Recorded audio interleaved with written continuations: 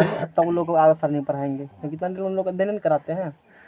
वहाँ थोड़ा सा मतलब हाई लेवल करेंगे, ज़्यादा करेंगे फिर दिक्कत हो जाएगा, पता चलेगा फीस केमिस्ट्री पढ़ा दिए बहुत है, उधर कुछ है ही नहीं, तो वो भी देख के काम करना पड़ता है।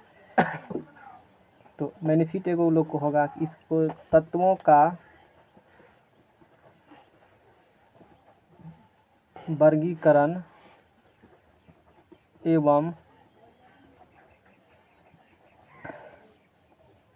गुणधर्मों में आवर्तिता, ये कंपटीशन का है, ये मैट्रिक का है, ये 11th का है, ये भी 10th का, ये भी 11th का, वही तो ठाम पर ही है सब जगह, समझना क्या ना। Classification of elements and periodicity in properties,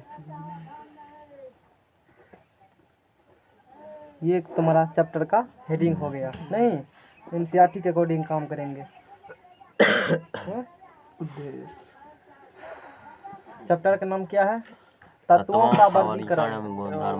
तो पहला तो ये समझना होगा तुमको कि तत्वों का वर्गीकरण होता क्या है। नहीं, फिर आगे हम लोग बात करेंगे। तो पहला हेडिंग यही है, तत्वों का वर्गीकरण का मतलब क्या होता है, तब ना पूरा समझेंगे। उसका गुणधर्म आवर्तिता मतलब क्या होता है, कि फैक्ट को देखेंगे। तो तत्व के बारे में तो पता होगा, तत्व किसे कहते हैं। वो 3 क्लास तो आशा है कि वो देख लिया होगा तुम, नहीं देखा है तो तुम जान, क्योंकि 11 का सिलेबस नहीं है, वो सब 10th में 9th में ही पढ़ाते हैं। फिर भी तुम्हारे पास सुविधा हम दिए हैं कि तुम कुछ कर सकते हो, तो वहाँ जा करके हमने पहले ही कह दिया था। हाँ, तो वो तू अब जानो, हम ये समझ चल रहे हैं कि तुम्हें तत्व के बारे में पता है, परमाणु के बारे में पता है, बारे में पता है, तब हम लोग हायर स्टडीज में चलते हैं, समझ जाके ना। जितना एग्जाम का नाम सुना होगा ना कान में भी, कंपटीशन में यदि केमिस्ट्री उसके सिलेबस में है तो ई टॉपिक उसके सिलेबस में पूछा जाएगा। इतना इंपॉर्टेंट टॉपिक्स है, समझ में। इसीलिए हम सोच रहे हैं तुमको एक भी फैक्ट्स नहीं छूटे। तो हेडिंग है मेरा, पहला है तत्वों का वर्गीकरण का मतलब क्या है। Classification of elements, classification of एकदम बेसिक से समझेंगे। नहीं पढ़े हो मैट्रिक कोई बात नहीं है, यहाँ समझ लो। तो उसको तो वहाँ तो मैट्रिक वाला 2-3 दिन में ही कवर कर लेंगे हम लोग, समझ इतना इसमें है। 2-4 को लाओ तो पढ़ना, बात समझ में गया। पहले बताओ तू वर्गीकरण मतलब बुझते हो। क्लासिफिकेशन का मतलब जैसे पहले पहला क्लास पढ़ते हो, फिर दूसरा, फिर तीसरा, चौथा, पाँचवा में, पाँचवा में भी पढ़ना है केमिस्ट्री फिजिक्स, है ना। छठा में भी पढ़ना है, सातवां में भी पढ़ना, 8वां 9वां 10वां। कोई पीएचडी भी करेगा इस पर, नहीं करेगा पीएचडी। पढ़ना है तो यहाँ कर बैठो, अलग कुछ नहीं करो, समझ में आ गया ना। नहीं तो जाओ। तो जैसे बता रहे थे, पाँचवें में भी केमिस्ट्री पढ़ना है, छठा में भी पढ़ना है, सातवां में 8वां 9वां सब क्लास में पढ़ना है। अब कोई पीएचडी स्पेशल करेगा केमिस्ट्री से तो सब में अलग अलग है। पाँचवा में कुछ और पढ़ना है केमिस्ट्री, नहीं है छठा में कुछ और, सातवां में कुछ और, 8वां में कुछ और, इस प्रकार से है ना। तो एक क्रम होती है पढ़ने का, नहीं। तो क्लासिफिकेशन वर्गीकरण मतलब भी उसी प्रकार से है, एक सिस्टमेटिक रूप से सजा देना तत्व को। तत्व का वर्गीकरण, तत्व को एक अच्छा तरीका से सजा देना। जैसे घर में सामान लाते हो खरीद करके, बढ़िया सजाते हो ना, ताकि कोई चीज़ का जरूरत पड़ेगा तो तुरंत वहाँ से ले लेंगे अच्छा तरीका से। उसी प्रकार से तत्व का वर्गीकरण, तत्वों को सजाना, तत्व को क्लासीफाई करना। जहाँ जिसका गुण, सब्जी लाए हो खरीद के, मान लो दुकान में, सपोज दैट, एक रियल लाइफ से जोड़ के समझाएंगे, कोई भी दिक्कत नहीं होगा केमिस्ट्री में। जो आवाज सामने देख रहे हो पूरा पढ़ेंगे हम लोग, अध्ययन करेंगे ना, बहुत कुछ जानना है। तो मार्केट गए हो, कोई दिक्कत नहीं है, बड़का झोला लेके गए हो, फ्री वाला सरकारी आया था, होगा ना घर में रखा हुआ, उसी में आलू ले लिया, उसी में प्याज, उसी में सब चीज उसी में ले लिया। अरे सब तो फटा गया, अब क्या करेंगे, घर आएगा क्या करेगा, अलग करेगा ना सबको। आलू सब एक जगह रखेगा। वो में दुकानदार हो तुम तो बड़का सेब होगा सबको एक साइड में, फिर फटका एक साइड, इस प्रकार से करते हो ना। बस पूरा आवर सारणी इसी पर खेला है, इसी प्रकार से। तो तत्वों के वर्गीकरण के संदर्भ में विभिन्न वैज्ञानिकों ने प्रयास किया। तत्व को क्लासीफाई करने के लिए इतना आसान नहीं है जितना आलू प्याज को अलग करना आसान है, उतना आसान तो नहीं। निकलो यहाँ से, समझ में आ गया ना। तो तत्वों के वर्गीकरण के संदर्भ में विभिन्न वैज्ञानिकों ने प्रयास किया कि तत्व को हम एक सिस्टमेटिक रूप से क्लासीफाई कर पाए, लेकिन सब सफल नहीं हो पाए। प्रयास तो सब के, लेकिन सफल नहीं हो पाए। कुछ साइंटिस्ट हैं जो कि हम लोग आगे देखेंगे, पढ़ेंगे, उसने सफल प्रयास हुआ तो उसका नाम लेंगे। लेकिन सबसे प्रयास तो किया बहुत वैज्ञानिक ने, लेकिन सबसे सफल प्रयास और सार्थक प्रयास मेंडलीव साहब का रहा। किसका रहा? बायोलॉजी में सर अभी कौन विषय पढ़ रहे हैं? केमिस्ट्री। केमिस्ट्री। तू कौन कौन विषय पढ़ते हो? कई विषय पढ़ते हो। Yes, तो sir. थोड़े है मेंडलीव सिर्फ केमिस्ट्री या बायोलॉजी में खोज किया, और विषय में भी किए हैं। Yes sir. हैं? फिर वही बात है, मटर पकिए थे प्रयोग, वही ना। Yes, sir. बोलो क्या है वो प्रयोग? बोलो। नहीं है पता? हाँ बोलो, सुनेंगे पहले तभी आगे पढ़ेंगे। बोलो प्रयोग क्या किए थे? मटर के पौधा प्रयोग चयन किया था। है? चयन किए थे। चैन मतलब बौने पौधे का दर्शाता है सर, सब लंबा पौधा का अलग। लंबा पौधा क्या दर्शाता है? बोने लंबा नहीं समझते हम। लंबा पौधा आता है जब जाकर फिर जाना पढ़ करके तब डिस्कस करना हमसे, समझ में आ गया ना? हाँ। तो MENDELEEVE मेंडलीव, यानी कि तत्व को क्लासीफाई करने के लिए। क्लासिफिकेशन मतलब बुझ गया होगा, आलू प्याज को सिस्टमेटिक रूप से उस प्रकार से कर देना, वही है क्लासिफिकेशन। वहाँ आलू प्याज है, यहाँ तत्व के साथ हम लोग खेलेंगे। यहाँ सोडियम के साथ खेलेंगे, हाइड्रोजन के साथ खेलेंगे। ये आवर्त सारणी में इधर लो, ये आवर्त सारणी में जो तत्व देख रहे हो ना, हम लोग इसके साथ खेलेंगे। कंचे कंचे क्या करना है? कंचे कंचे खेलना है। ऐसा के बारे में नहीं, इसी से बारे में खेलना है। तुम्हारे पास रहेगा तो लुत्फुत करेगा। तो जैसे आलू प्याज को अलग अलग कर देता है ना बच्चा, हम इसके साथ करेंगे। बात समझ जाएंगे ना? तो पहले हम क्या करेंगे, जो साइंटिस्ट था उसी बात को बताएंगे। लेकिन शुरू में ऐसा कुछ था ही नहीं कि कैसे कैसे आलू प्याज अलग करेंगे। अब तो तुमको बुद्धि हो गया ना। तो पहले साइंटिस्ट को ऐसा नहीं था बना हुआ। ये थोड़े है कि तू ये जो आवर्त सारणी आजकल देख रहे हो, ये धरती पर भगवान राम बना कर गए थे या भगवान विष्णु बना कर गए थे, ऐसा कुछ भी बात नहीं है। धरती एक आदमी बनाया इसको, समझ में आ गया ना? कैसे कैसे बना, शुरू में थोड़े है कि दिमाग में सूत के उठा एकदम खा कर सोया होगा मुर्गा भात, सपनाया, ऊपर से भगवान बताया अरे रे यहाँ यहाँ इसे सजा देना। नहीं, इसके पीछे बहुत सारा कहानी है। वो सारा कहानी पहुँचेंगे धीरे धीरे। 2-3 दिन लगेगा हमको यहाँ तक पहुँचने में। इसके बारे में बताएंगे तो 3 दिन लग सकता है यहाँ तक पहुँचने में। तो इतना जितना आसानी से हम लोग आज पढ़ लेते हैं, सारा चीज़ बताएंगे। अब बता भी चुके हैं, 2 एटॉमिक स्ट्रक्चर पढ़े हो ना, वो इसी के बेसिस पर हमने डिस्कस किया है। यानी कि तुम इसके बारे में जानते हो बहुत कुछ पहले से। इसका इलेक्ट्रॉनिक विन्यास तुम लिख चुके हो, परमाणु संख्या लिख चुके हो, द्रव्यमान संख्या लिख चुके हो, कौन इलेक्ट्रॉन त्याग करेगा, कौन इलेक्ट्रॉन ग्रहण करेगा, सारा बात तुम जान चुके हो। नहीं, तो अब इसके पीछे का इतिहास क्या है? खुल जा राज सिम सिम खुल जा, आज वही राज खुलने वाला है। 3-4 दिन लगेगा राज खोलने में हमको। बात समझ जाएगा ना? तो धीरे धीरे इसका राज हम लोग खोलेंगे। जो आज देख रहे हो इसी के पीछे कहानी है। ये एकदम सिस्टमेटिक रूप से सजाया है ये ना। इन्हें बुझो जहाँ मन है हाइड्रोजन रख दिया, जहाँ मन लिथियम रख दिया, ऐसा कोई बात नहीं है। ये लिथियम हाइड्रोजन है ना, ये लिथियम है, सबका गुण सेम है। ये सबका गुण एक के बात है, ये बात तू जान लो। इसका पढ़ा तो माना कि सबका पढ़ा, लगभग सबका वही होता है। वो इस प्रकार से सजाया गया है, जब पढ़ोगे तब जानेंगे। अभी तो आवाज सारणी पढ़ रहे हो इन जनरल। आगे के चैप्टर में हम लोग अलग अलग एस ब्लॉक बारे में अलग पढ़ेंगे। एस ब्लॉक यहाँ है, एस ब्लॉक देख रहे हो ना, इस ब्लॉक के बारे में पढ़ेंगे। फिर ये है डी ब्लॉक, इसके बारे में पढ़ेंगे। फिर यहाँ पी ब्लॉक, इसके बारे में पढ़ेंगे। फिर हम लोग एफ ब्लॉक के बारे में पढ़ेंगे। अलग अलग ब्लॉक बारे में पढ़ेंगे, उसके अंदर जो कुछ स्पेशल एलिमेंट है उसके बारे में पढ़ेंगे।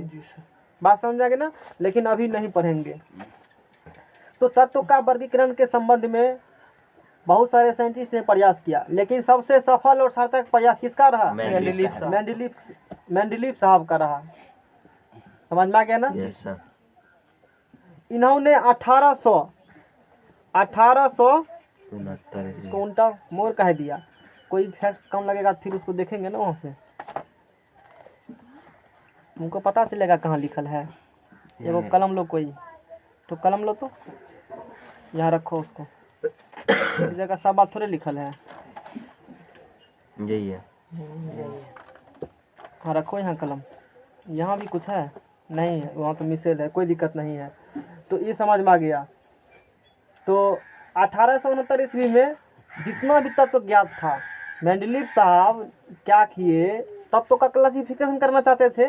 तो 1869 ईस्वी में जितना भी तत्व ज्ञात था उसको एक सारणी में सजा दिया, और उसी सारणी क्या कहते हैं, एक टेबल बना दिया, उसी टेबल को या उसी सारणी को कहते हो आवर्त सारणी कहते हैं। समझ में आ गया ना।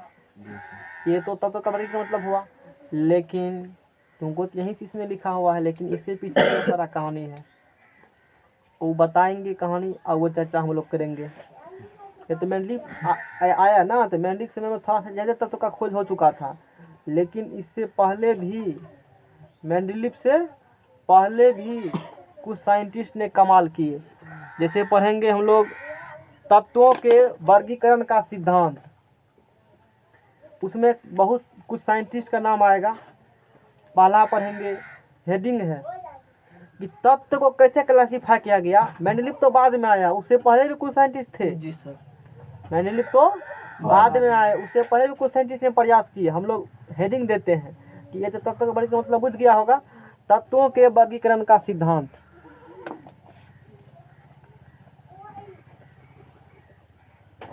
तुम्हारे कॉपी में सब जगह से आ जाएगा, इसीलिए खोजना नहीं पड़ेगा। समझ में आ गया ना। तो नोट्स में सब बात नहीं रहेगा लिखा हुआ, कुछ चीज़ होगा जो इसी में लिखा मिलेगा, नोट्स में नहीं होगा। तो यहाँ से ऐड कर सकते हो या अपना जब बनाते हो तो उसमें लिखना। जब तत्वों के वर्गीकरण का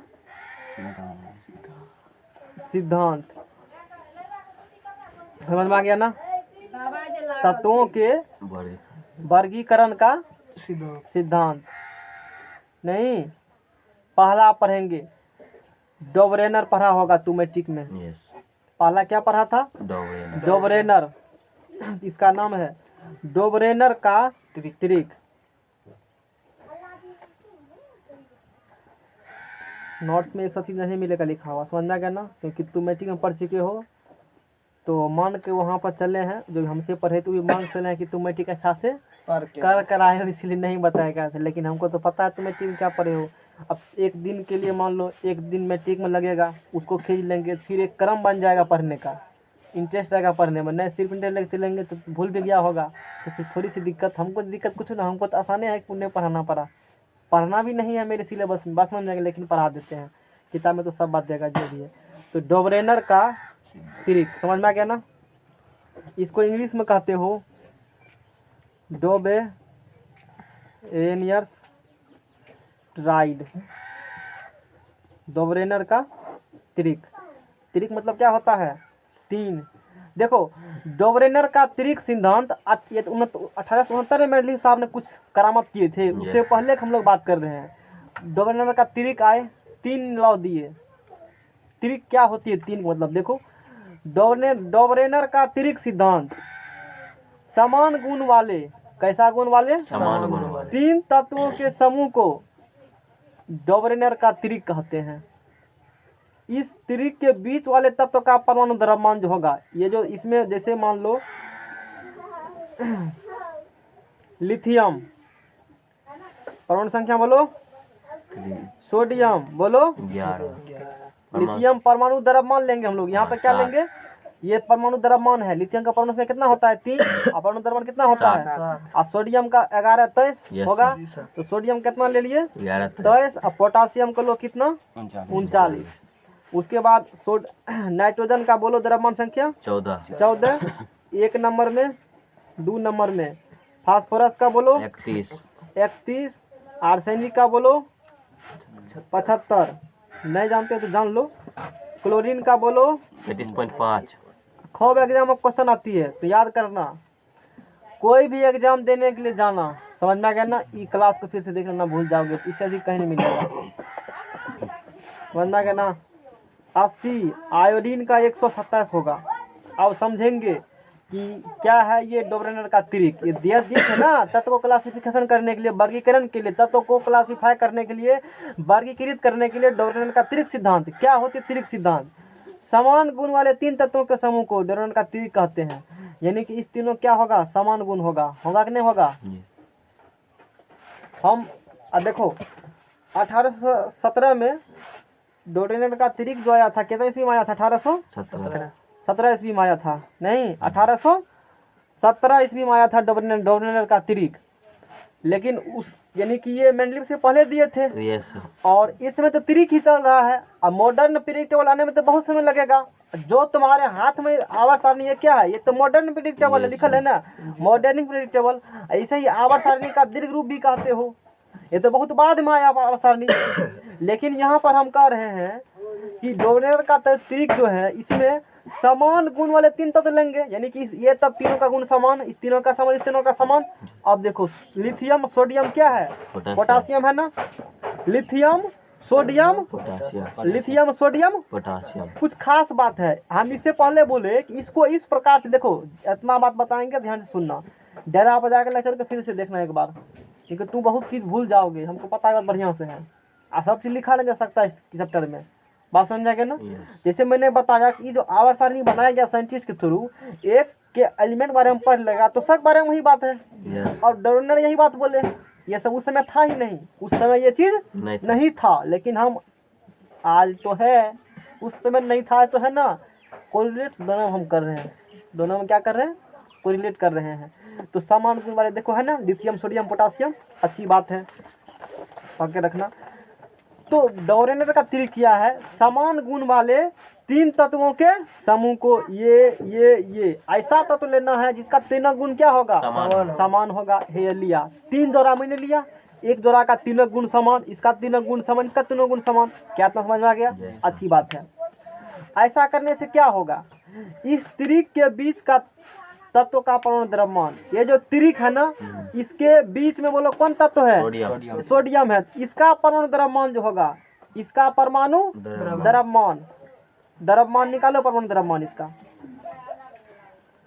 इसका परमाणु द्रव्यमान जो होगा शेष 2 तत्वों के परमाणु द्रव्यमान का लगभग आधा होगा। बिचला का परमाणु द्रव्यमान शेष दोनों के परमाणु द्रव्यमान का लगभग क्या होगा, आधा होगा। एवरेज निकाल लो दोनों का।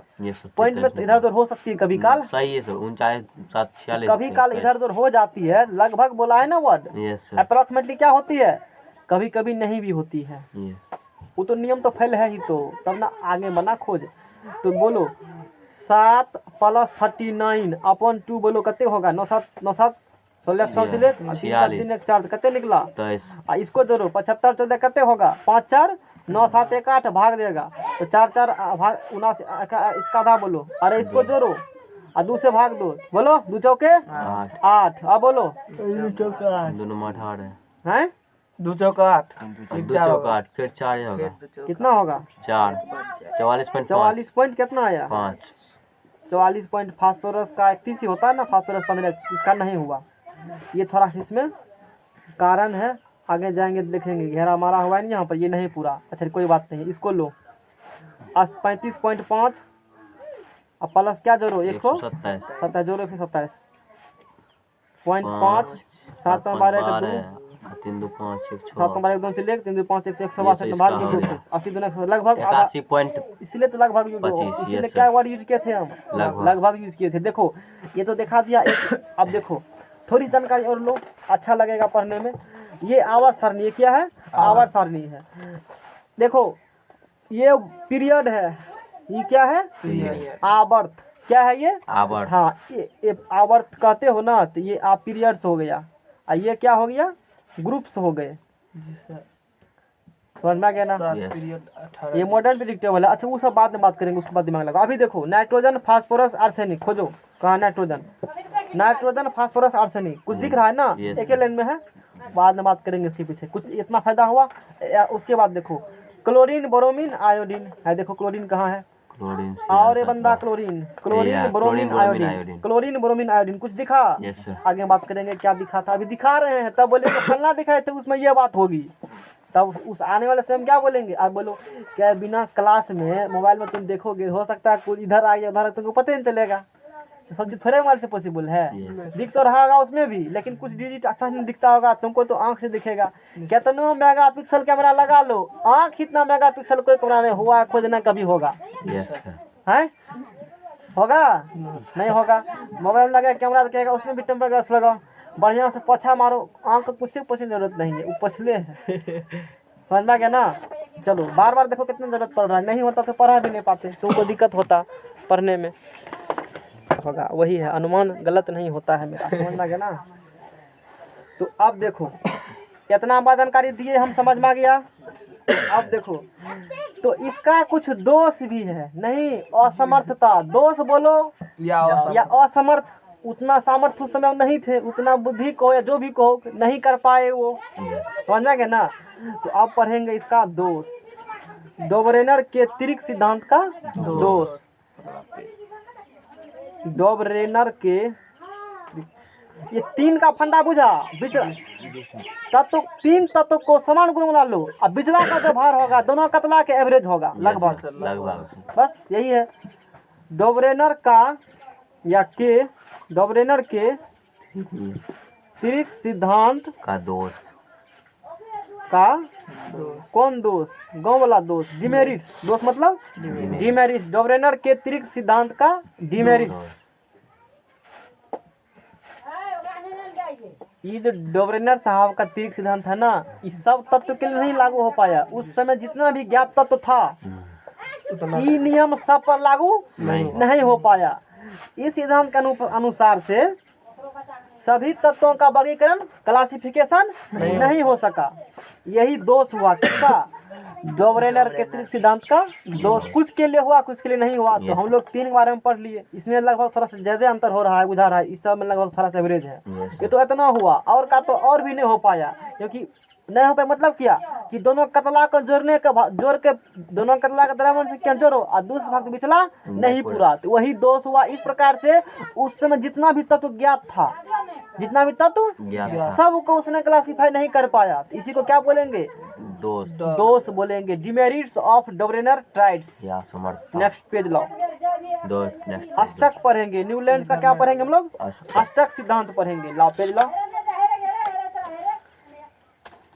इतना समझ में आ गया। कितना बात पढ़े थी आवर सारणी में, हैं पढ़े ही नहीं थे, पढ़े ही नहीं थे, बहुत बढ़िया, तब तो नहीं पढ़ो तो बढ़िया, नहीं तो नहीं पढ़ो, इतना पढ़ा देंगे कि सोचबो नहीं किया होगा, देखते रहो खाली, समझ में आ गया ना। थोड़ा सा लाइन होता तो हवा लगता शरीर में, नहीं। पेज नंबर बोलो, प्लेटफार्म 2, और जाकर पूछना आज से आवर सारणी सबको, क्वेश्चन चिपका देना शरीर में, या जाकर क्वेश्चन एक फेंक देना कपार पर, वो क्या चलो बॉलिंग फेंके हैं, ये मेरा यही बॉल है, नहीं समझ में आ गया ना। इस लेक्चर को डेरा पर एक बार फिर से जाकर रिकॉल करना, 3 चैप्टर तुम्हारा बहुत इंपॉर्टेंट है, एटॉमिक स्ट्रक्चर, आवर्त सारणी और केमिकल बॉन्डिंग। जितना सोचते उससे कई गुना इतना ठोस कर लगा ना, तो लाइफ में कभी भी चाहे कितना इंग्लिश फैकल्टी बोले फुल इंग्लिश, तो भी तुमको समझ में केमिस्ट्री आएगा, इतना जान लो, क्योंकि सबका जड़ यही है, सबका जड़ यही 3 चैप्टर है, और इसको थोड़ा सा डिटेल में ही पढ़ा देते हैं। अदर मान लो चैप्टर पढ़ाएंगे, टाइम नहीं है, थोड़ा सा कम पढ़ा देंगे, कोई दिक्कत नहीं है, लेकिन इसको तो टाइम रहे कि नहीं रहे फुल पढ़ाते हैं, क्योंकि इसके बिना डमाडोल सृष्टि हो जाएगा, समझ आ गया ना। सृष्टि में कहते हैं 3 भगवान, ब्रह्मा विष्णु में है, केमिस्ट्री में 3 भगवान है, परमाणु संरचना, आवर्त सारणी, केमिकल बॉन्डिंग, कोई दिक्कत, आगे चलो।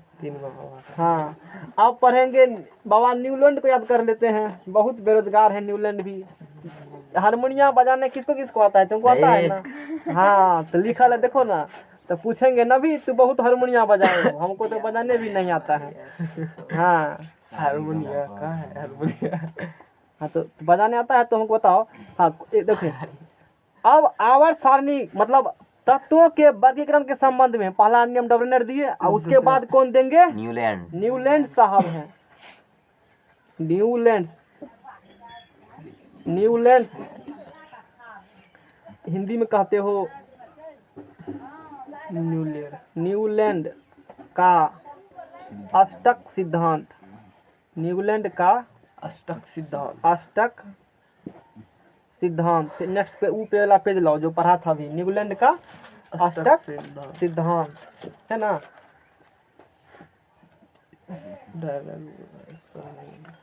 तो ये क्या है, न्यूलैंड का अष्टक सिद्धांत, डबरनर का त्रिक तो बताया है ना, ये डबरनर त्रिक ना, लिथियम सोडियम पोटासियम बताया था ना मैं। तो ये देखो लिथियम सोडियम पोटासियम लिए, फिर कैल्शियम एक तू ये भी लिख सकते हो, मैंने यहाँ पर जो बताया डबरनर का त्रिक बताया था, लिथियम सोडियम पोटासियम लिए, ठीक है। नाइट्रोजन फास्फोरस आर्सेनिक इसमें वो नहीं लिया है, इसमें क्लोरीन बोरोमीन आयोडीन लिया है, ये लिया है। तो तुम एक ये भी ले सकते हो, दोनों को जोड़ो, 137 प्लस 40 कितना होता है बताओ? 137 प्लस 40 होगा 170 में भाग दो 2 से होगा 2 8 16 86.5 5 लगभग 87 हो गया ना। Yes sir. तो तू इस ये एग्जाम्पल में नहीं पूछ रहा है, इसीलिए ये दिखाया है कि उसका नियम फेल मार रहा है। यहाँ पर देखो बहुत कंतर बुझा रहा है, नहीं बुझा रहा है, इसमें चीज़ को हो रहा है, इसलिए यहाँ पर क्वेश्चन में क्या लगा हुआ था, स्टार लगा हुआ था, इसी कारण से कि वहाँ पर थोड़ा सा फेलिंग मार रहा है वो अपना त्रिक बाबा। क्या इतना क्लियर हुआ? जी सर। थोड़ा सा एक चीज़ और कह देते हैं, झोला में सब चीज़ डाल देंगे, कंपटीशन में कैसे क्वेश्चन आएगा? ऑप्शन में रहेगा ई रहेगा, पूछेगा निम्नलिखित में कौन डबरनर का त्रिक सिद्धांत है?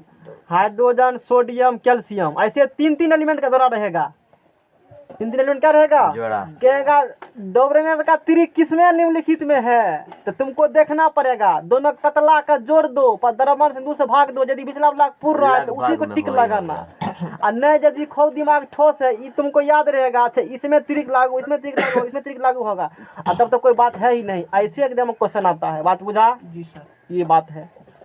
ऐसे पूछेगा कि डबरनर साहब क्या बोले थे, तो बिचला जो होगा 3 तत्वों का समान गुण वाला कर लो, अब बिचला तत्व का जो भार होगा औसत वो होगा। लगभग दोनों कतला के द्रव्यमान का औसत होता है। तो औसत वर्ड पूछेगा एग्जाम में, क्या होती है? 2 गुना 3 गुना, औसत भी रहेगा एगो, तो औसत ही टिक करना वहाँ पर।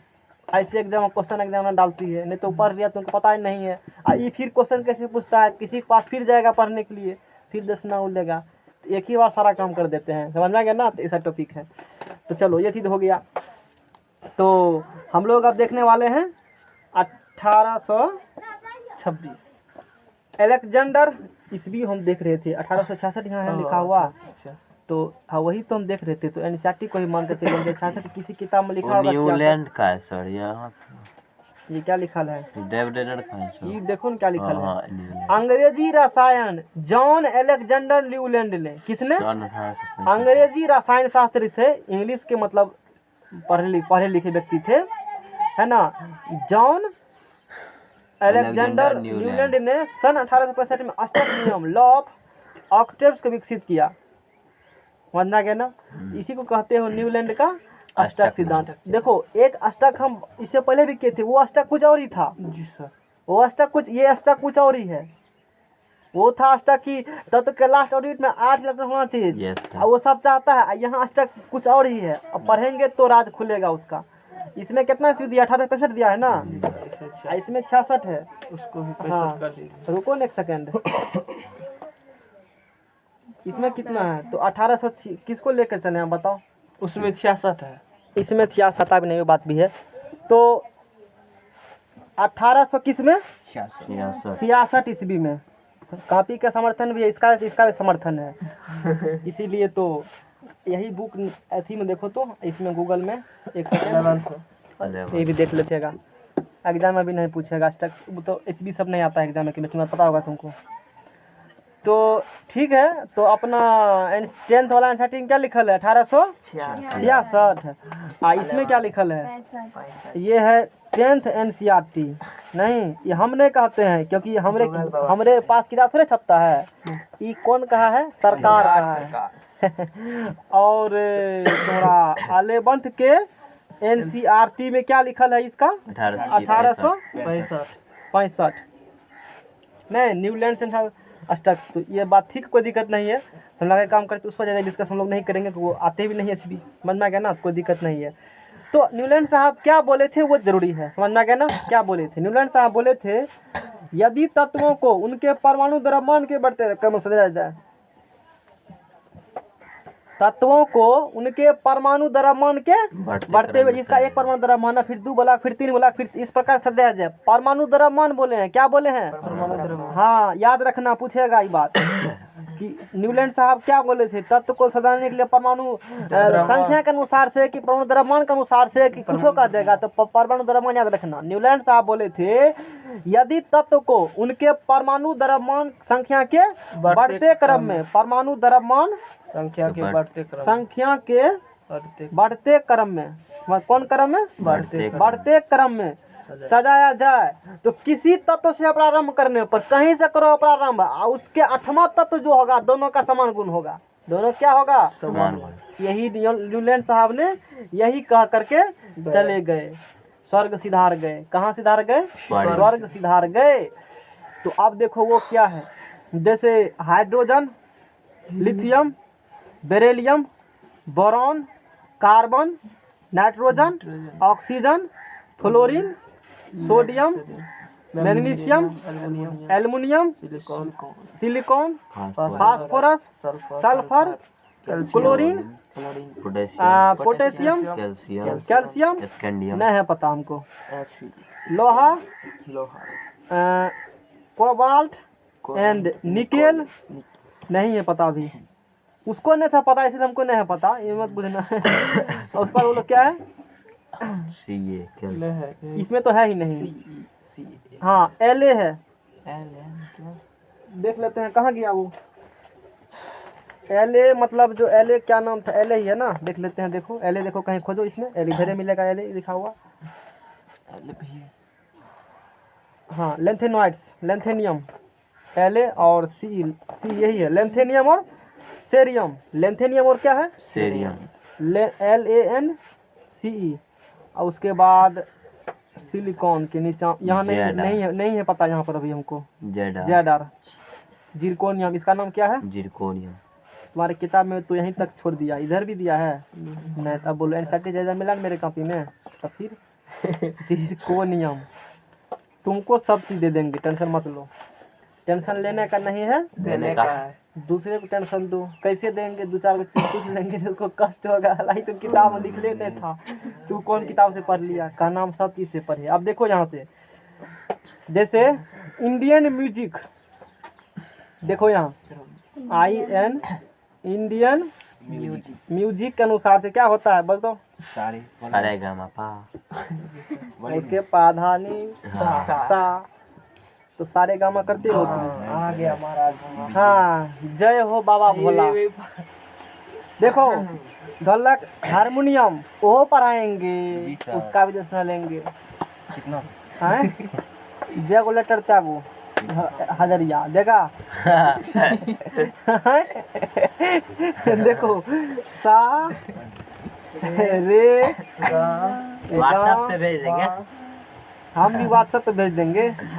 चलो यहाँ बंद, पा धा नी सा है, या फिर सा, 1 2 3 4 5 6 7, इसी 7 गो राग पर हारमोनियम बजता है, और इसी 7 गो राग पर जितना भी गाना है ना, इसी पर सब पर इसी को लय बनाया जाता है। जितना तुम गाना गाते हो ना, पहले इसी को तुमको सिखाया जाएगा, ऐसे नहीं मुंह से सारे गाना बताने से कह दिए सारे गा, ऐसे कहना पड़ेगा, पूरा नहीं कहेंगे।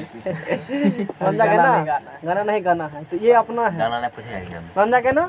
तो हमको जिस समय मैट्रिक में पढ़े थे ना, तो सर के पास हारमोनियम ही व्यवस्था सर किए थे, तो हारमोनियम के अनुसार से उसमें निकाल दिए थे आवाज, सा स्पष्ट बोल रहा था उस यहाँ पर भी बोल देगा मोबाइल में, समझा के ना।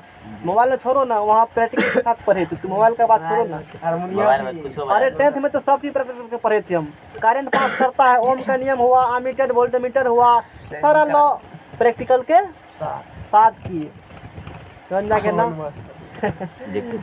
वो छोड़ो ना, उसका भी काका है, वो उसका भी काका है, तुम लोग नहीं पहचानते, हाँ उसके पास पढ़े थे 10th में, छोड़ो अब उसको, एग्जाम में पूछेगा, बाद में बताएंगे। इंडियन म्यूजिक जो अपना कहते हो ना, नोट इस प्रकार से है, इसी पर इंडियन म्यूजिक बजती है नहीं।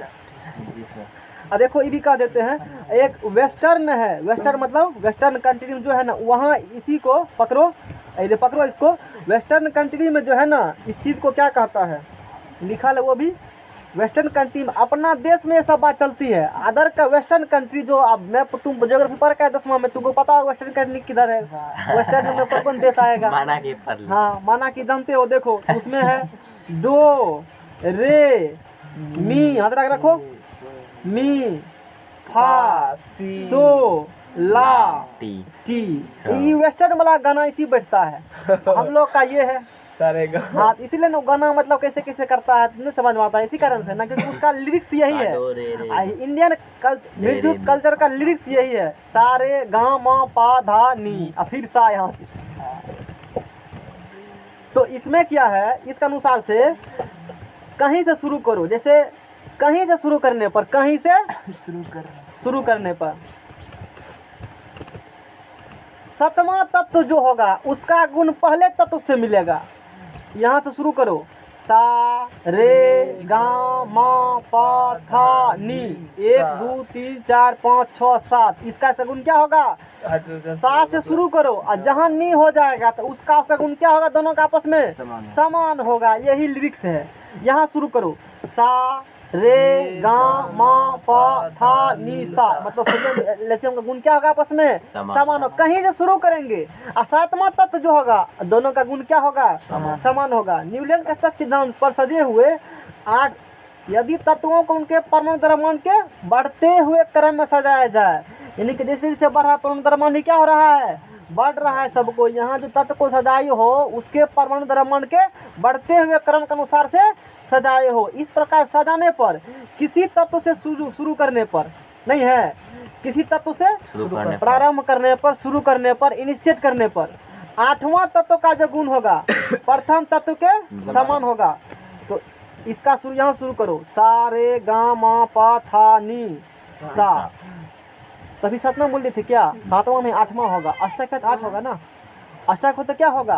कहीं से शुरू करो, 8वां जो होगा तो क्या होगा? 7वां तक मिस्टेक से कह दिए थे, 8वां समान होगा कि लियम में अष्टक लिखा है। जैसे यहाँ शुरू करो तो सा रे गा मा पा था नी सा, फिर जहाँ सा आएगा दोनों गुण क्या होगा? जैसे यहाँ शुरू करो, यहाँ तभी सही बोले थे, सा रे गा मा पा था नी सा, ये समान होगा।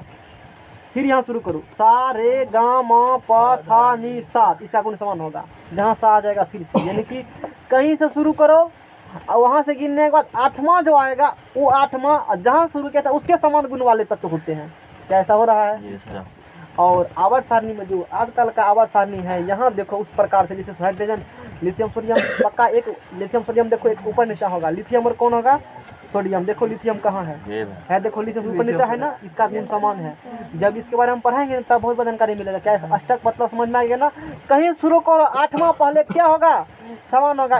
और तत्व को इस नियम में, अष्टक सिद्धांत में, न्यूलैंड अष्टक नियम में तत्व को सजाते हैं उसके परमाणु द्रव्यमान के बढ़ते हुए क्रम में। इसी को न्यूलैंड अष्टक सिद्धांत कहा जाता है। क्या समझ में आया अष्टक सिद्धांत? किसको समझ में आया? किसको समझ में पवन कुमार आया? नहीं आया? नहीं आया? कहीं से शुरू करो, जैसे अंदर चला गया क्या? इसीलिए कहते हैं तुम जांच सीधा करके रखो, इसी वजह से। अब यहाँ तक है हाथ मेरा चलन करेगा जी पढ़ाने वक्त, तुम सीधा करके बैठो, इधर झुक जाते हो तुम लोग। बार बार हम कहते सीधा होकर बैठो, देह तान करके, तो ज्यादा ज्यादा हाथ करके इधर जाएगा, इधर जाएगा, पूरा सटेगा नहीं और तुम पूरा झुक जाओगे। तो समझाने समझाने टीचर का हाथ तो इधर जेबे करेगा, तुम झुक करके जाएगा तो आखिर में कलम भगाएगा। इसीलिए बाबा कहते हैं थोड़ा सा हमसे दूरी बना के रखो, ताकि तुमको कोई प्रॉब्लम नहीं है।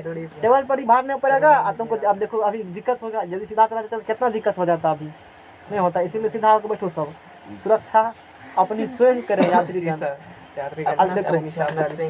नहीं तो बस तक सब पढ़ते रह जाते हैं। तो दिक्कत नहीं हुआ? कहाँ घसाया था? ठीक है। अच्छा जब हाथ में कलम रख के नहीं काम करेंगे, आप इसी से काम करना है। नहीं आप देखो, जैसे तब तो यहाँ लिखा है, देखो lithium, beryllium, boron, carbon dioxide, fluorine, lithium, beryllium, यही लिखल है। इसका परमाणु भार 7, 9, 11, कार्बन का 12, नाइट्रोजन 14, 16, 19, 23, 24, 27, 29, 31, 32, 35.5, 39, 40, इस प्रकार सजाओ। कहीं से शुरू करो, 8वां जो होगा उत्तरोत्तर क्या होगा? समान गुण वाला होगा। आप पूछेगा कोई बताओ कार्बन का गुण किसके समान होगा, या ऐसा कौन तत्व जिसका गुण कार्बन के समान होगा? कुछ नहीं, सारे गामा पा था नी सा, सिलिकॉन के, और उसके नीचे में भी है इस प्रकार से लिखा हुआ। अब समझ में आ गया ना? नहीं समझा? ये है न्यूलैंड का अष्टक सिद्धांत, समझ में आ गया ना? लेकिन ठीक है, न्यूलैंड साहब बहुत बात बोले लेकिन फिर भी सफल हो नहीं पाए, सबको सदा नहीं पाए। न्यूलैंड साहब भी खामियां रह गए न्यूलैंड साहब का। नहीं तो अब पढ़ेंगे हम लोग। तो तुमको क्या करना है, ये सब PDF में नहीं भेजा हुआ है, वैसे तो अभी PDF बना रहे हैं हम, तो ठीक है, इसका अलग हम उस प्रकार से बता देंगे कैसे लिखना है। नोट्स क्लास पर डिस्कस कर लेंगे हम लोग उस चीज़ के बारे में, है ना? तो ये चीज़ है उसी में, ये ठीक है, कोई दिक्कत नहीं। अब देखो नोट करने देता फिर बाद अब देखो लेते हैं चले नहीं, पढ़ाने के बाद नोट करूँ, क्योंकि कुछ चीज़ ऐसा होता है उसका हम पढ़ाने का जो उसमें लिखा है उसको हम चेंज कर देते हैं, उससे भी जो आसान तरीका से आसान से समझ सकते हो, इसलिए दिक्कत हो जाएगा तुमको। पढ़ लिख देगा तू, नहीं लिखते हैं। हाँ पर लिख भी नहीं पाएगा, क्योंकि इतना से मन में गाड़ी चलता है तू पकड़ ही नहीं पाएगा। राजधानी एक्सप्रेस है हम, क्योंकि एक दिन छूट जाता है तो और नहीं समझ में आया। राजधानी चलो तो अष्टक संबंधी बातें देखो, कोई दिक्कत नहीं है। इसका कुछ दोष भी है, न्यूलैंड के अष्टक संबंधी इस और भी बात करेंगे। अभी हम क्या समझे हैं, सिर्फ अष्टक नियम क्या होती है वो समझे हैं, इसके बाद कुछ और बातें कर लेते हैं हम लोग। लिखना तो पड़ता नहीं है, तो बोलने में क्या जाती है, बोल देते हैं हम। देखो पहला है, इस सारणी में 56 तत्व समाविष्ट है। ये जो सारणी है ना, ये सब बात तुम एक लाइन पढ़ेगा तब, एक लाइन से पढ़ेगा तब मिलेगा, समझा के ना? इस सारणी में कितना तत्व है? 56। इतना ही नहीं है, जो इसमें देखते हो ना लिखल है, वो तो तुमको हम अष्टक समझाने के लिए, अष्टक समझ में आए तो इतना एलिमेंट लिए हैं, पूरा को नहीं लिए हैं। तो पूछेगा कि न्यूलैंड की अष्टक सारणी में कितने तत्व हैं, तो बोलो कितना तत्व है? 56 है। इस सारणी में कहीं कहीं 2 तत्वों को एक साथ रखे गए हैं, जैसे है देखो कोबाल्ट और निकेल, एगो एक साथ रखल है देखो एक साथ रखल है, ऐसा है ना? अच्छी बात है। इस सारणी में कुछ असमान गुण वाले तत्व को एक साथ रखे गए हैं, यानी कि तू तो अष्टक कर रहे हो, अष्टक तुम्हारा नियम लागू करेंगे। कुछ तत्व ऐसा है जैसे ऐसे रखे हो ना, तो दोनों का गुण क्या है? समान नहीं, या फिर भी तुम उसी सारणी में आमने सामने उसको रख दिए हो। जैसे कोबाल्ट तथा निकेल, देखो कोबाल्ट कहाँ है, बोलो कोबाल्ट कहाँ है? कोबाल्ट यहाँ है, और निकेल, कोबाल्ट और निकेल को हेलोजन के साथ रखा गया है। इसके नीचे में क्या है? हेलोजन है, नहीं रखा गया है, जबकि गुणों में काफ़ी भिन्नता है। अभी मोबाइल लाओ, अष्टक न्यूलैंड का अष्टक उसमें भेजे होंगे टेबल, हम खोलो जल्दी से फटाफट। लोग आदमी नहीं लगाते। अब देखो यहाँ, बढ़िया मिल गया। हाँ सर जी है, अब देखो यहाँ से खोजते थे धुरंधर मास्टर हाँ, खाली। बहुत दिन पहले से हम उसको तलाश में रहते थे। नहीं अब देखो फिर तो फेंक दो उधर मोबाइल को पानी में, तुरंत होता है, तो कम से कम 10-5 मिनट को लोग रखता है। अब देखो जैसे बारे में बता रहे हैं, इस सारणी में कुछ असमान गुण वाले, देखो कल जैसे बताए थे हेलोजन, कौन चीज? हेलोजन। अरे वो बल्ब नहीं है हेलोजन, हेलोजन में आते हैं फ्लोरीन, क्लोरीन, ब्रोमीन, आयोडीन। इसको हेलोजन ग्रुप कहा जाता है, और समूल्य में इसको भावगर एक्स सूचित किया जाता है। बात बुझा? ये हेलोजन है, क्या है? इसमें 4 को मेंबर इसका है, कौन कौन है? Fluorine, chlorine, bromine, iodine. खुशी की बात यह है कि सबका समझता है कि होगा, तुझे याद नहीं करना पड़ेगा, कोई तकलीफ नो तकलीफ। बात समझ में आ गया ना? ये हेलोजन है, तो इसके बारे में दोष भी पढ़ेंगे, कुछ बीमारी इसमें भी है ना। अष्टक सिद्धांत कुछ बीमारी भी धरा दे, आगे बीमारी भी होगा लिखा हुआ नहीं, तो ठीक है। अच्छा यहाँ भी है, ठीक है, कोई दिक्कत नहीं है, दोष ही पढ़ लो। ड्रॉबैक्स देखो, नेक्स्ट ये ड्रॉबैक्स में आती है, संबंधी बातें यहाँ पर लिखना चाहिए, इसको ड्रॉबैक लिखना चाहिए, नहीं लिखा है कोई बात नहीं है। हम लोग जो पढ़ रहे हैं, ये क्या पढ़ रहे हैं अभी? ड्रॉबैक मतलब क्या होती है? दोष। दोष मतलब बुझते हो, जो कि गलत नहीं, गलत वर्ड अलग हो नहीं होना चाहिए, जो कि है, जो कि न्यूलैंड साहब को नहीं करना चाहिए। उस समय उतना जानकारी नहीं था, कुछ करे किए ना, फिर है उतना करने वाला कौन था?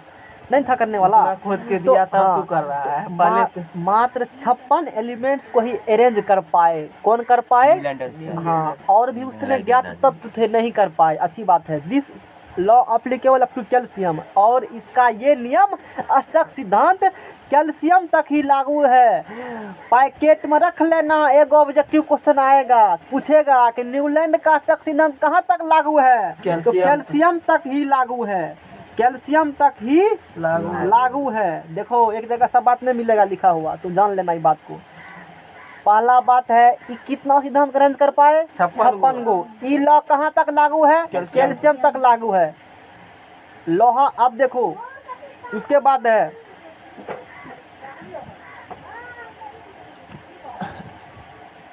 दुधु को तत्व को एक साथ में रखा गया है। यहाँ पर जो है इस सारणी में कुछ असमान गुण वाले तत्वों को एक साथ रखा गया है। मतलब तुम जो रखते हो आलू प्याज, क्या आलू प्याज को मिला कर रखते हो साथ में? नहीं रखते हो। आलू अलग, प्याज अलग। क्यों ऐसा करते हो? अरे दोनों का गुण अलग अलग है, क्या दोनों का काम भी अलग। उसी प्रकार से न्यूलैंड साहब की बात बुझने नहीं आते थी, जो भी उसमें प्रॉब्लम था, वो दो तत्व था और दोनों का गुण अलग अलग था, वो साथ में रख दिया दोनों को। दोनों क्या किया? साथे में रख दिया। जैसे ये हेलोजन फैमिली के मेंबर है ना, इसका गुण कोबाल्ट निकल गुण से अलग है, लेकिन उसने एक ही ग्रुप में रख दिया उसको। एक सारणी में कुछ असमान गुण वाले तत्वों को साथ रखा गया। जैसे कोबाल्ट निकेल को हेलोजन के साथ रखा गया, जबकि इनके गुणों में काफी भिन्नता होती है, अलग अलग गुण है। आलू प्याज की तरह समझ सकते हो। इसने एक ही में रख दिया, इसका अब गुण हो गया। क्या हो गया ये? अरे समझ में आ रहा है? कुछ नहीं है केमिस्ट्री में। इसके साथ क्या करेंगे? खेलेंगे, कंचे खेल लेंगे हम लोग। नहीं, गुल्ली गुल्ली उधर कहेंगे तू फेंक, उधर कहेंगे तू फेंक, और निशाना लगेगा एकदम वहीं पर, लक्ष्य पर ही निशान लगेगा। अब देखो, iron is placed away from cobalt and nickel, these are similar property. लोहा का, कोबाल्ट का, निकेल का बहुत सारा मतलब लगभग इसका सेम गुण होती है। गुण क्या दोनों का है? सेम है। अरे एगो ललकी अल्लू, एगो उजरकी अल्लू, ऐसे करके समझो, दोनों गुण तो समय होगा ना। तो उसी प्रकार से लोहा का और कोबाल्ट निकल के लगभग गुण समान है, लेकिन न्यूलैंड साहब ने इसको कहीं और रखा, इसको दूर रख दिया। दोनों दूर दूर रखल है। ये अब गुण नहीं हुआ न्यूलैंड साहब का। अब गुणे परीक्षा में पूछता है, बात तो जान लो। एग्जाम में प्रॉपर्टी नहीं पूछेगा, अवगुण पूछेगा, क्योंकि तू तो प्रॉपर्टी पढ़ के आए हो, अवगुण तो पढ़ाते नहीं है, इसीलिए वही पूछेंगे हम। क्या समझ में आ रहा है? हाँ, अब देखो lanthanoids and lanthanoids La असेरियम, La मतलब यहाँ देख लो, La का मतलब हो गया, यहाँ क्या हो गया? Lanthanum, lanthanum. और यहाँ पर Ce का मतलब हो गया cerium, of two different block DNF respectively. Lanthanoids तत्व होती है, और जैसे यहाँ पर ठीक है, यहाँ पर भी लिखा होगा वास्तव में न्यूलैंड का सिद्धांत। ठीक है। अब देखो दो तत्व को साथ रखल है, ये नहीं रखना चाहिए। Lanthanoids and cerium elements of two different block DNF respectively.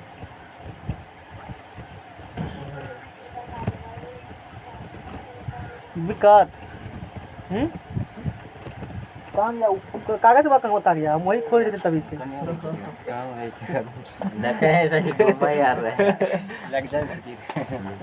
अब देखो है लेंथेनियम, ये दो गो है, ये 14 गिनो पक्का होगा। 14 गो, 1 2 3 4 5 6 7 8 9 10 11 12 13 14 15 गो है। इसमें बोलो 1 2 3 4 5 15 गो है। तो 15 को कहाँ से? 14 ग्रुप था ना, 15 को 1 2 3 4 5 6 7 8 9 10 11 12 13 14 15। रुको, ठीक है, कोई दिक्कत नहीं है। एक सेकेंड। लेंथेनियम रुको सरकार, रुका जाए। पंखा का लगा, वो मेरा कैलकुलेशन सही ही है, समझ में गया ना? देखो 57 से 71, 57 से कहाँ तक? 71 तक। एक सेकेंड रुको, 58 से 71, इसमें LA को नहीं गिना जाता है, LA को यहीं पे गिना जाता है। 57 नंबर है ना, देखो 56 का 57 58, देखो दो ग्रुप है, एगो लेंथेनाइट्स ग्रुप है, एगो एक्टिनाइट्स ग्रुप है, और ये F ब्लॉक के तत्व हैं। कौन ब्लॉक तत्व हैं? और इसे इनर ट्रांजिशन एलिमेंट्स कहा जाता है, और D ब्लॉक को ट्रांजिशन एलिमेंट कहा जाता है। दो क्वेश्चन पैकेट में रख लेना, ऊपर लगा जेबी में, कोई पूछेगा धैर्य निकाल कर जवाब दे देना। D ब्लॉक क्या कहते हो? ट्रांजिशन एलिमेंट, संक्रमण तत्व। F ब्लॉक क्या कहते हो? इनर ट्रांजिशन एलिमेंट, अंत संक्रमण तत्व। समझ में आ गया ना? ये पूछती है कि D ब्लॉक को कौन ब्लॉक क्या कहते हो? ऑप्शन रहेगा ट्रांजिशन, इनर ट्रांजिशन, ए और बी दोनों, नन ऑफ दी। तो क्या मारेगा वहाँ पर? ट्रांजैक्शन। अरे D ब्लॉक बोले थे तो ट्रांजिशन बोलेगा ना, F बोलेंगे इनर ट्रांजिशन। 14 ही तत्व है। रटाफिकेशन मेरा कमजोर नहीं होगा, मैट्रिक में टेंशन इसलिए ठोस था उस समय दिमाग ज्यादा। यहाँ से गिनो 58 से लेकर कहाँ तक गिनो? 71 तक, क्योंकि LA तो यहीं पर आ जाती है ना, लेंथेनॉइड 57 नहीं है। तो लेंथेनॉइड ग्रुप आती है 58 से 71 तक, और इसी प्रकार से एक्टिनाइड्स ग्रुप जो है, इसे एक्टिनाइड्स ग्रुप कहते हो। इसमें आती है 90 से कहाँ तक? 103 तक आती है। 90 से कहाँ तक आती है? 103 तक है। तू कहाँ जाओगी? सबों के साथ इसी तरह रखे है ना, तू कहाँ जाओगे भाग करके? 14 का ही ग्रुप है, समझ आ गया ना? 15 ग्रुप नहीं, 14 ही है। हम लोग गिनना है लेंथेनॉइड्स में 58 से 71 तक, एक्टिनाइड्स गिनना है 90 से 103 तक गिनना है। ये सब बात मैट्रिक बुला के ये भी पढ़ाएंगे, तू जान लो। जितना तो बात तुमको कह रहे हैं ना, उसको फिर से पढ़ाएंगे। इसको बोलेंगे पहले देख लो, दिमाग तो थोड़ा कमजोर है, और फिर हमसे सुनना, दिमाग सब ऐड हो जाएगा सारा चीज़। कितना समझ में आ गया ना? तो हमने ये सीख लिया कि क्या सीखा? अष्टक सिद्धांत क्या होती है, उसका गुण किया है, एग्जाम उससे क्या क्वेश्चन कंपटीशन में बन सकती है। अगली बात शुरू करेंगे। अब हम लोग ये चीज जान लिया, अष्टक अष्टक अष्टक। अब आएंगे बाबा मेंडलीव, तो मेंडलीव को हम लोग कल पढ़ेंगे। आज के लिए यहीं तक।